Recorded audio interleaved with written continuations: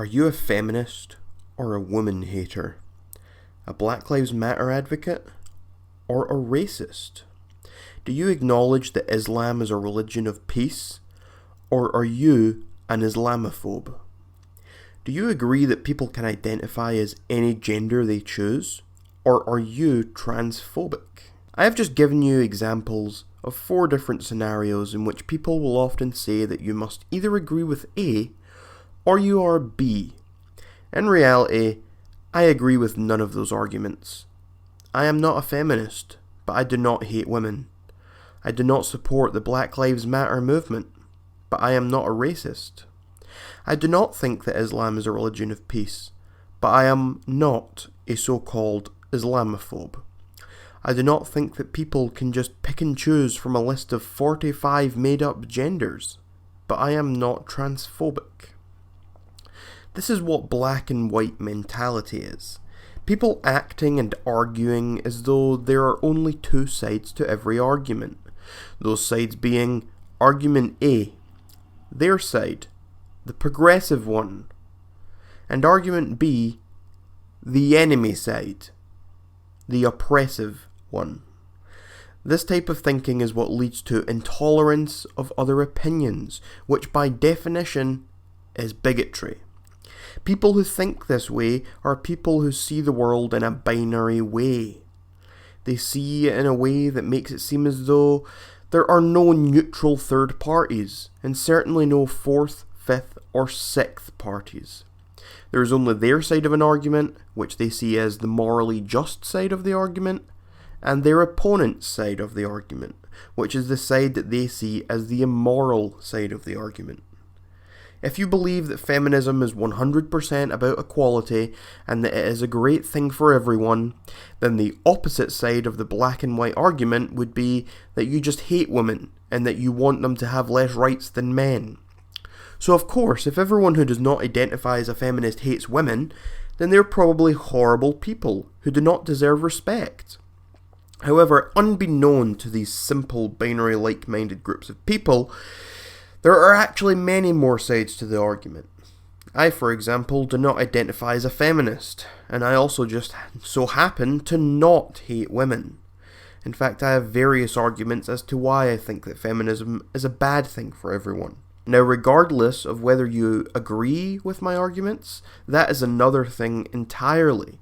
But the point is that I have a third argument. I also know for a fact that there are people out there who have the 4th argument, the 5th argument, the 6th, the 7th, the 8th, the 9th, and the 10th arguments. But unfortunately, these binary-minded people only see in black and white.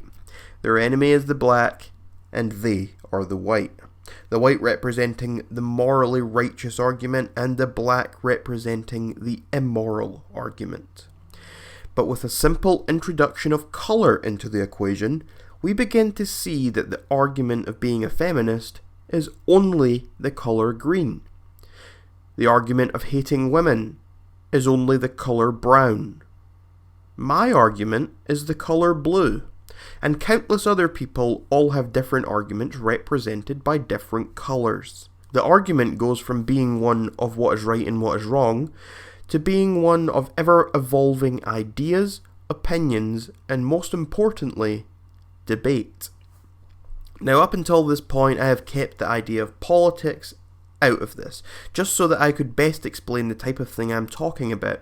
And before I continue, I would like to make it clear that I am well aware of the fact that pretty much any individual on any side of the political spectrum is capable of this type of thinking. However, I think that it is more than apparent that the majority of this thinking today comes from the left. All of the examples I have given thus far of black and white thinking have been leftist dilemmas. Another example would be, are you pro-choice, or do you think that women don't deserve control over their own bodies? Now, I am personally pro-choice. However, I acknowledge and understand that there are many arguments against abortion, and that almost none of these arguments actually have to do with people being against women having control of their own bodies. But this is just one of many examples in which the left will take an issue and blatantly ask you whether you agree with them, or if you are a horrible person. This type of thinking is not only ignorant, but it is also dangerous. If you have a large group of people spouting the question, do you think that Donald Trump is literally Hitler? Or are you a fascist? And then say you respond with, no, I don't think Donald Trump is literally Hitler, but I am also not a fan of him, and I just so happen to also not be a fascist. They are not going to be satisfied with your answer, because in their mind, if you do not denounce Donald Trump as literally Hitler, then you are a fascist. You are the enemy. If that large group of people then come to a consensus that you and everyone who thinks the way that you do are fascists, and they also agree that fascism is dangerous and might end up taking away their rights or the rights of others, or it might even kill them, then of course they are going to take action. We've already seen it happen with leftists assaulting people who they deem to be Nazis. Nothing is a black and white issue. Nothing. There is always another side to everything. That other side may be incredibly stupid or irrelevant, but it always exists. So now the question is, how do we introduce colour into the eyes of the colourblind? And to be frank, I really don't know the answer to that question. All I know for sure is that we could all be doing with a little more colour in our view.